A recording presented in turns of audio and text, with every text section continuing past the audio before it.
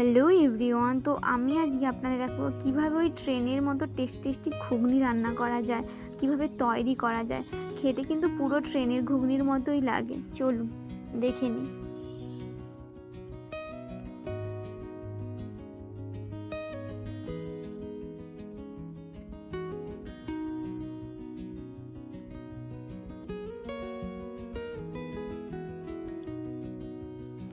প্রথমে আলুটাকে ছোট ছোট করে কেটে নিয়েছি।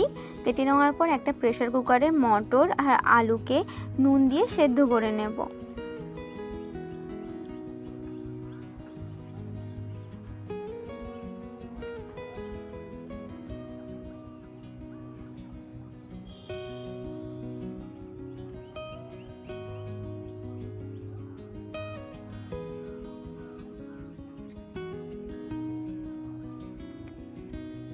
সেদ্ধ হয়ে গেছে। এইবার কড়াইতে পরিমাণ মতো তেল নেব।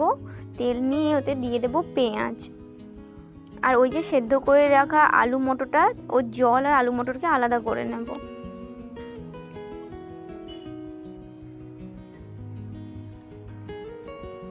পেঁয়াজটা দিয়ে কিছুক্ষণ নেড়ে নেব। যখন হালকা লাল হয়ে আসবে তখন দিয়ে দেব রসুন আর আদা বাটা।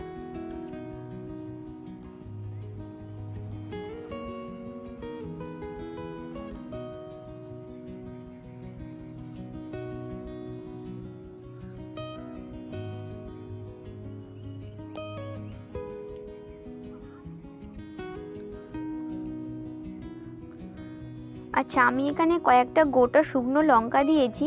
আসলে লঙ্কাগুলো ছোট ছোট, এই জন্য এটা আমাদের বাড়িতে তৈরি, আর এটা লাল লঙ্কা নয়, এটা হলুদ লঙ্কা, তাই এই রকমই দেখাচ্ছে। দিয়ে ওটা দিয়েও একটু নেড়ে নেব। দিয়ে দিলাম রসুন বাটা আর আদা বাটা।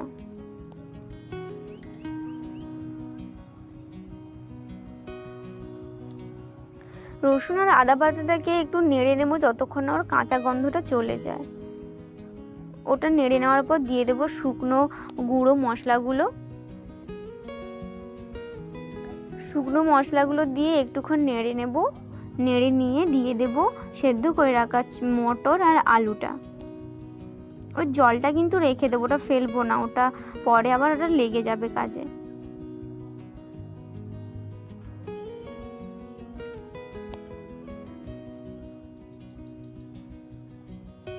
মশলাটা কষানো হয়ে গেছে, দেখুন সাইড থেকে হালকা করে তেল ছাড়ছে। এইবার দিয়ে দেব মটর আর আলু সেদ্ধটা।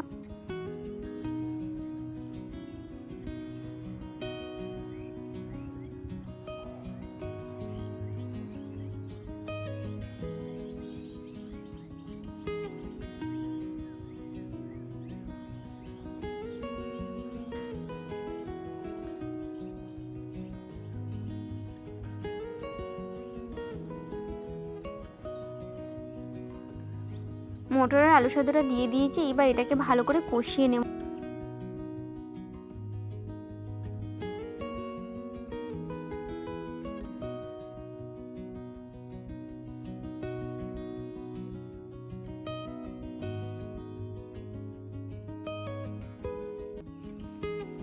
কষানো হয়ে গেছে। এইবার এখানে দিয়ে দেব জল, ওই যে সেদ্ধ জলটা ওটাই দিয়ে দেব।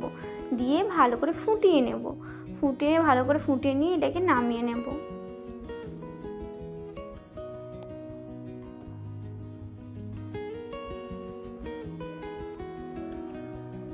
ফুটানো হয়ে গেছে, এবার এটাকে নামিয়ে নেব। রান্না করতে করতে কারেন্টটাও চলে গেল। তো আমারও হয়ে গেছে। তো এখন এই পর্যন্ত, দেখা হচ্ছে পরের কোনো ভিডিওতে। Bye bye.